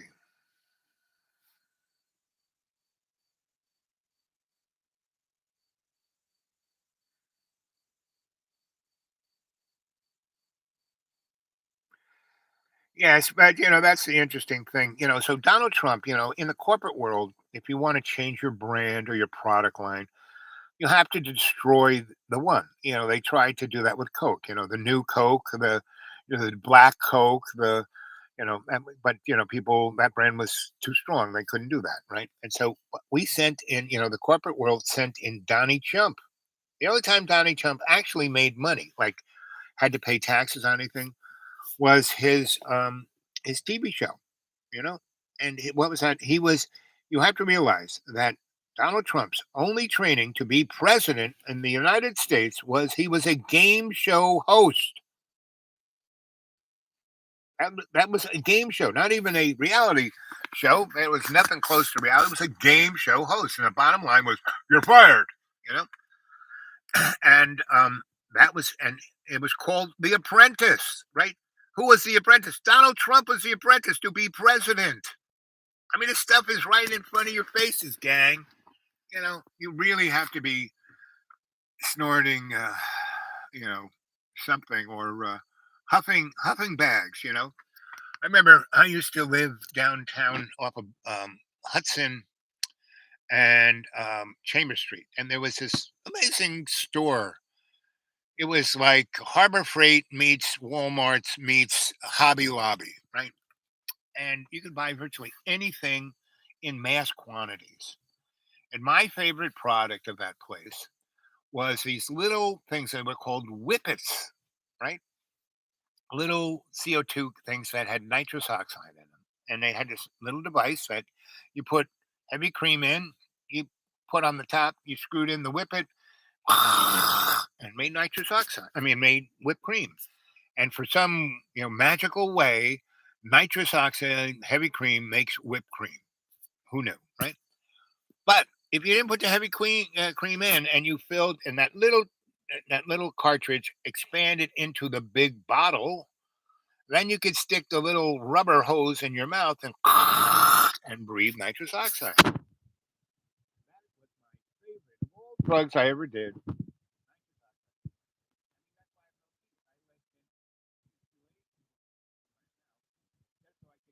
So you got to do this crown here. So you want me here at 3? Can I come in the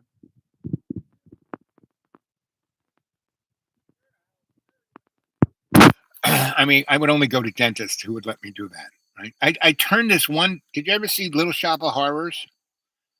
I met this dentist. He came. I was working. I was the dude at Studio 54, at Xenons, at Kamikazes, at Danceteria. I wired them all. The first, second, third, fourth times. I made the effect. I made it. What is a disco but flashing lights? Everything else is don't even need. And I proved it. I had amazing discos in sewers.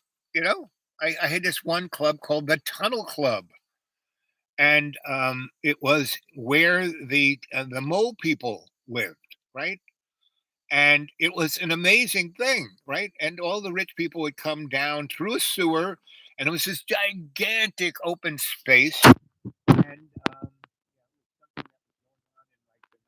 sure, God knows what it was, because that's pretty much New York. They just something would be going on here. They throw garbage on top of this building, the next level, and the next level, and the next level, especially downtown because it was all swamp. The Indians want to be there. It was all swamp.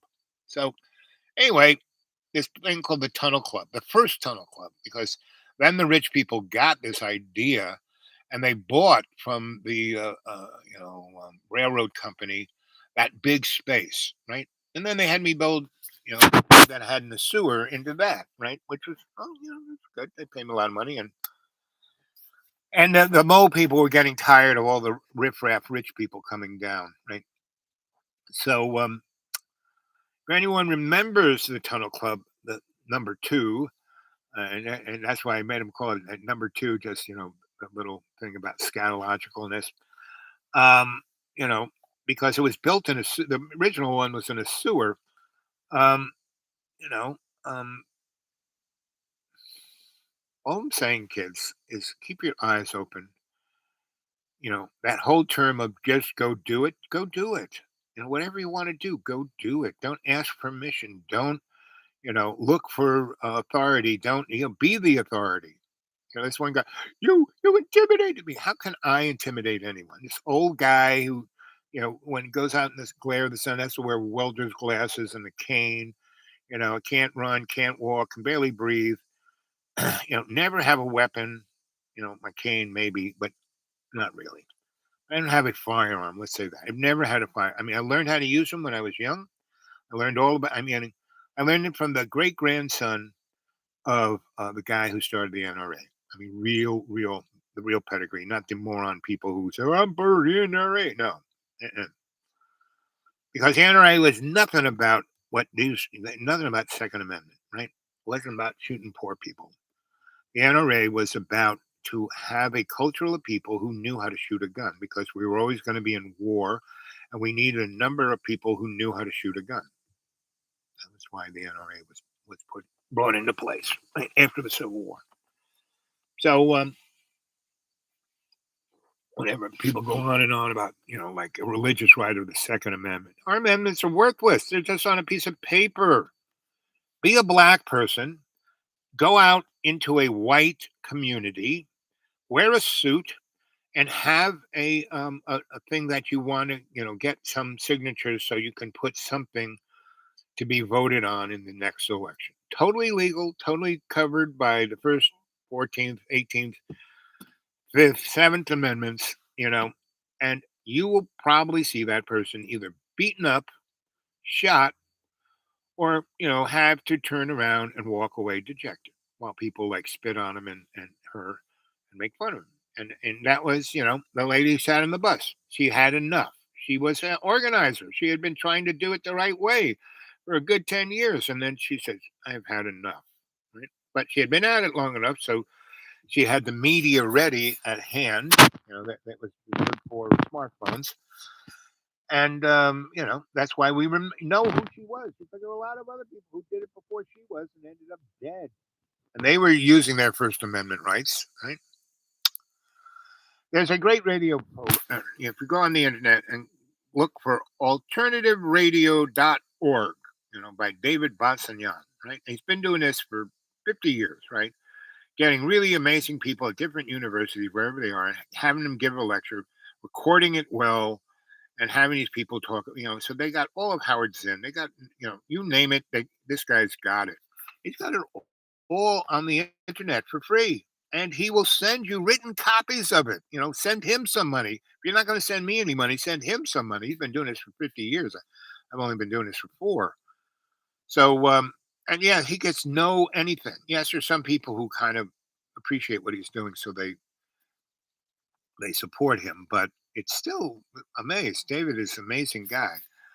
So go watch him. Go, and so he's got at least 100 lectures by Noam Chomsky and Chris Hedges and Howard Zinn and everybody else in between. He's got some really, he's got some great, the great author, the black great author. What's his name? Oh, he had to go to Paris. He was gay. Da da da da. Anyway, so it's 2 of you left. Oh, look at that! 1 hour, 50 minutes, and 50 seconds. So at 2 hours, I'm gonna sign off here. Because where am I with power? Oh yeah, I'm down to my last nib. And if the battery dies when I'm you know, still talking, it doesn't like it. It takes days for you have to go. It's a big ordeal, right? So I'm gonna zip. I'm not down to the red zone. I probably have about 15 minutes left. Okay, so I can talk for a little longer. Let's see. What are you guys saying? Night, night, Jane. Okay, fish. You cashing in? So what? All up to? What? What y'all up to? Yeah, what y'all up to? Let's see. Close out some of this stuff. Come on. When I try and see what you guys have been up to, it's when I hit the wrong button and erase people. So you know,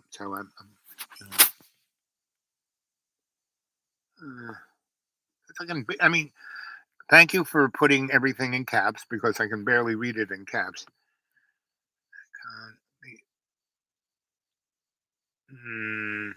Departed.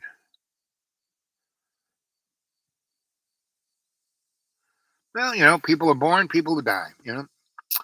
Um, you know, Mickey Gorbachev just died. And like I said, he was a fun guy. I met him a couple of times, and he knew he was a guy who could step on his 20 and knew his 360. That's why he could do. And he knew he was. A lot of people would be. He would be thanked by the people he didn't want to be thanked by, and he would. In his own country, he would be given a hard time. So and he knew it, and he knew what had to be done, and he did it right. So, but he was a fun guy.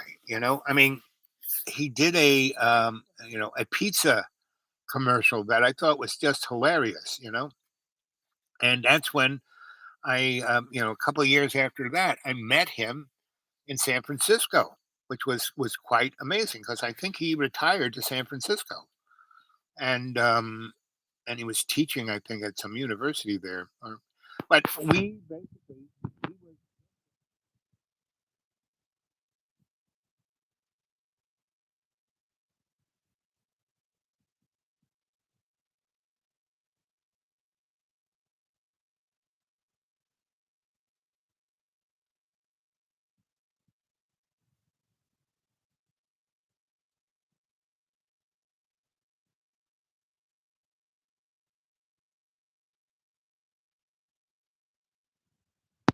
it was in the early '90s. It was after my second wife.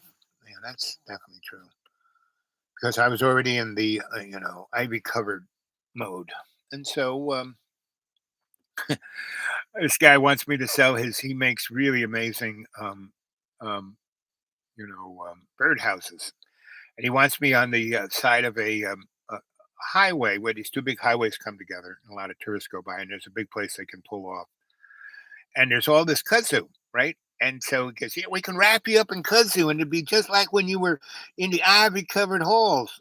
So he's always making these references, like I'm either the head doctor of a mental institution or I'm in one. And he's this guy's he's got some juice, so he's always doing this, and and I'm playing, and we go back and forth. Well, I'm either the guy. He's never in charge because he is in charge. He is one of the major domos of a certain motif, and so whenever and he brings me to these things to just kind of get people to what and that he always, I mean, always defers to me. I mean, this guy is in charge of wherever he goes. He is in charge, and he's always deferring to me. So all the other people who think they're important, or I'm running this department or that, they're not their boss and not their boss's boss, but their boss's boss is always deferring to me. Right? Does he give me a nickel? No. Does he get me a job? No. I'm sure at some point he will at both of those. He did lend me his lawnmower, and it's his favorite thing. He does let me represent him selling, his bird important to him, right? Bringing his brand. So, and this is how you have to really measure your life. What's really important? So before the Floridian bought, the house on the end of the cul-de-sac and turned it into a military, you know, what do they call those things? The word will come to me. But anyway, there was this kid. He he came from a well-to-do family.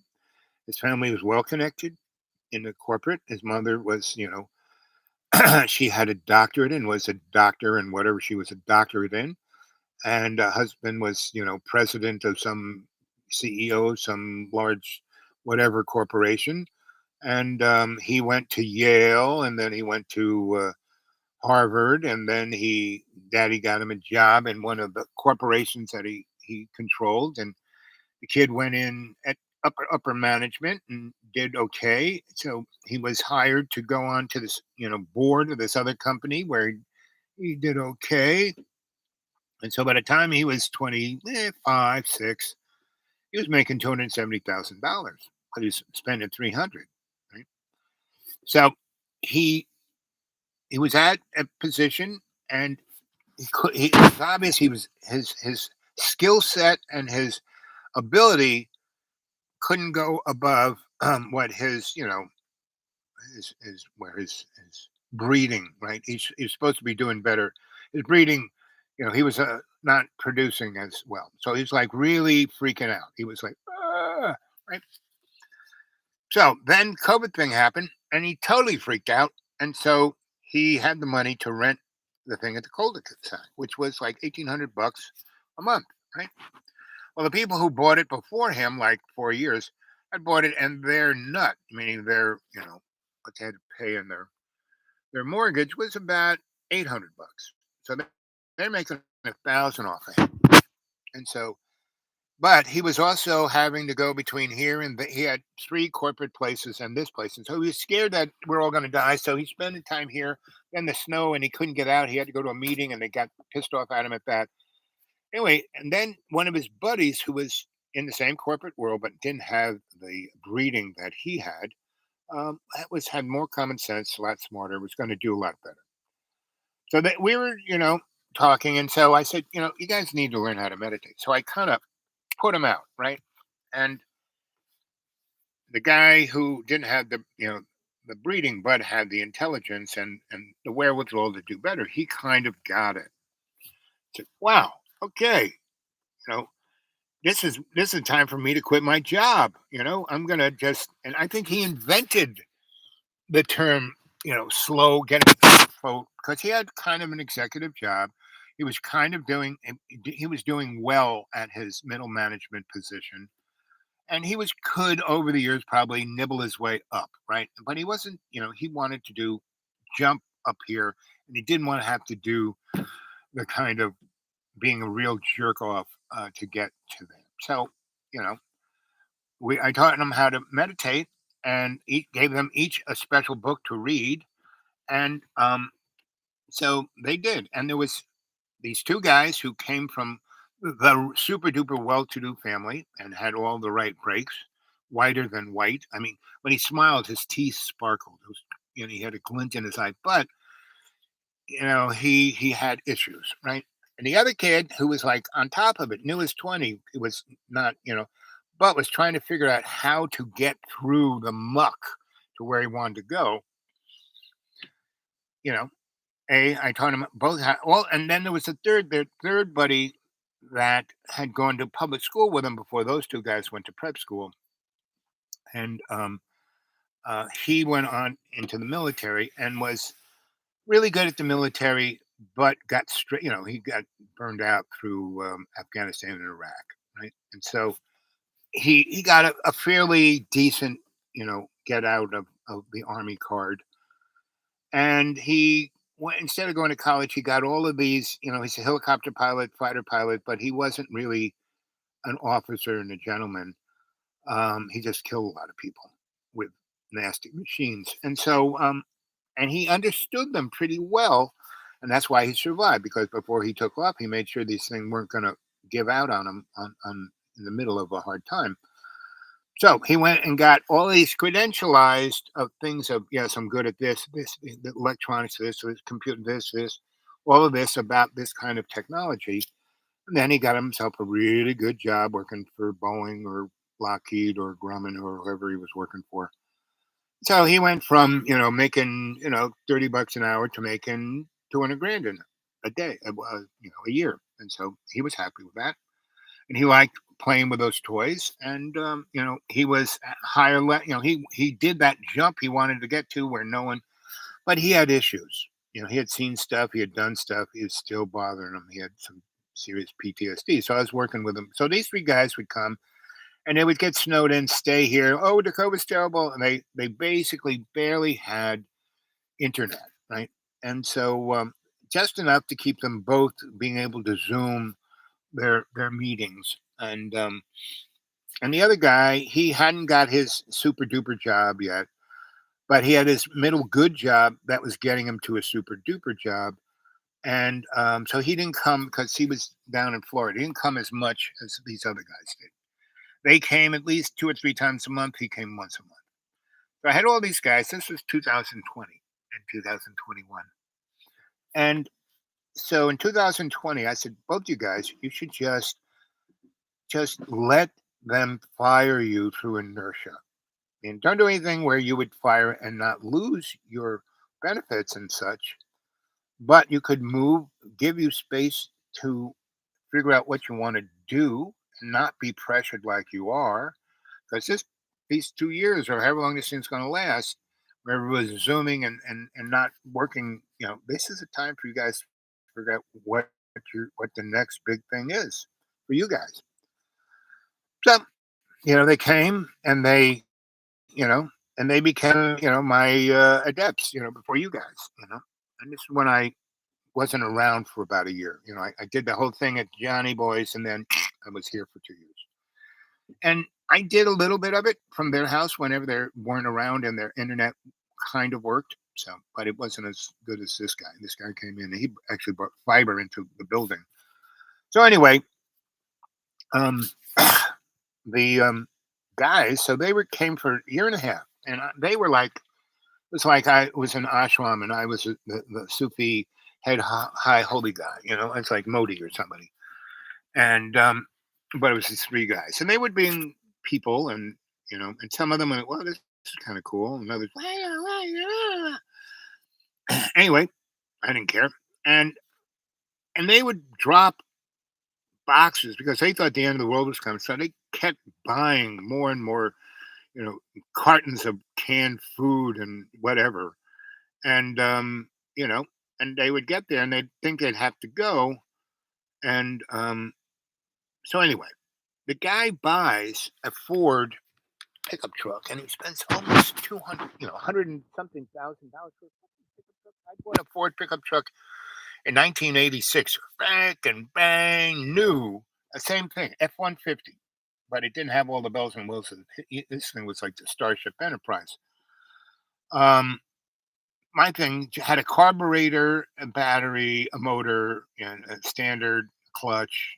It cost me $3,500, brand spanking new, right?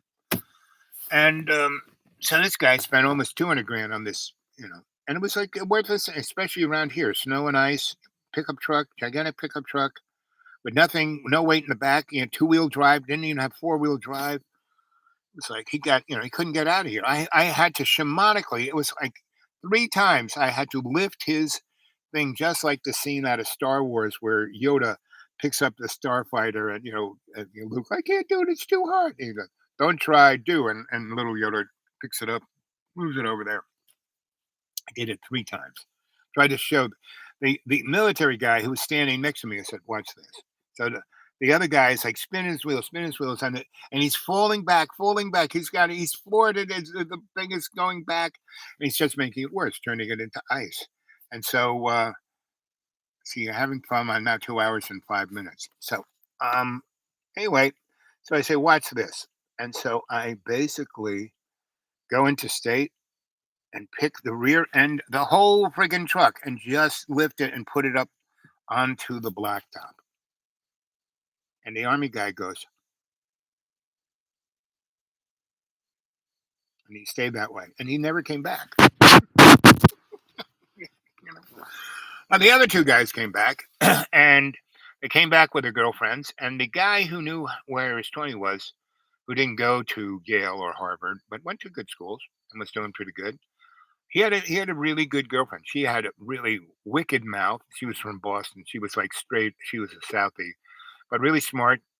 She went to Harvard. She didn't come from a rich family. She's that smart, and she loved the fact that I could. She was, she's a lawyer, and she was, you gotta teach me how to read people like this. I said, sure. So she and I were good buds. Her boyfriend was really smart, and he had got himself, um, like retired. And he was in a position where they were gonna. Well, we can't fire you, and we're gonna let you retire, like at 32. He was older than his buddy. His buddy was like 20. Because you're here long enough, and if you take this much and not what you would if you stay in here another 20 years, you'd make this. If you retire right now, we'll give you this much. And healthcare.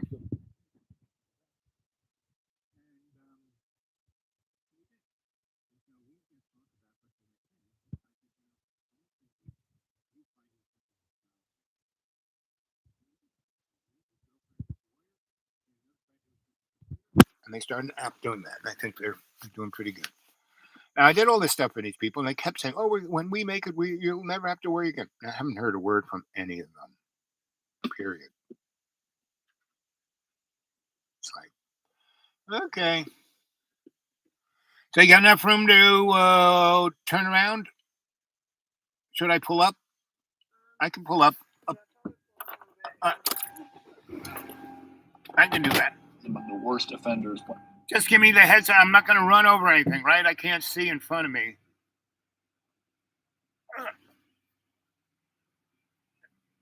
Okay, that's as close as I'm going. Turn the motor off. So that's enough room, right? Yeah. Okay. No problem. I mean, if I got room up there, I'll come up more, but I'm good. Okay. So anyway, how much battery do I have left here?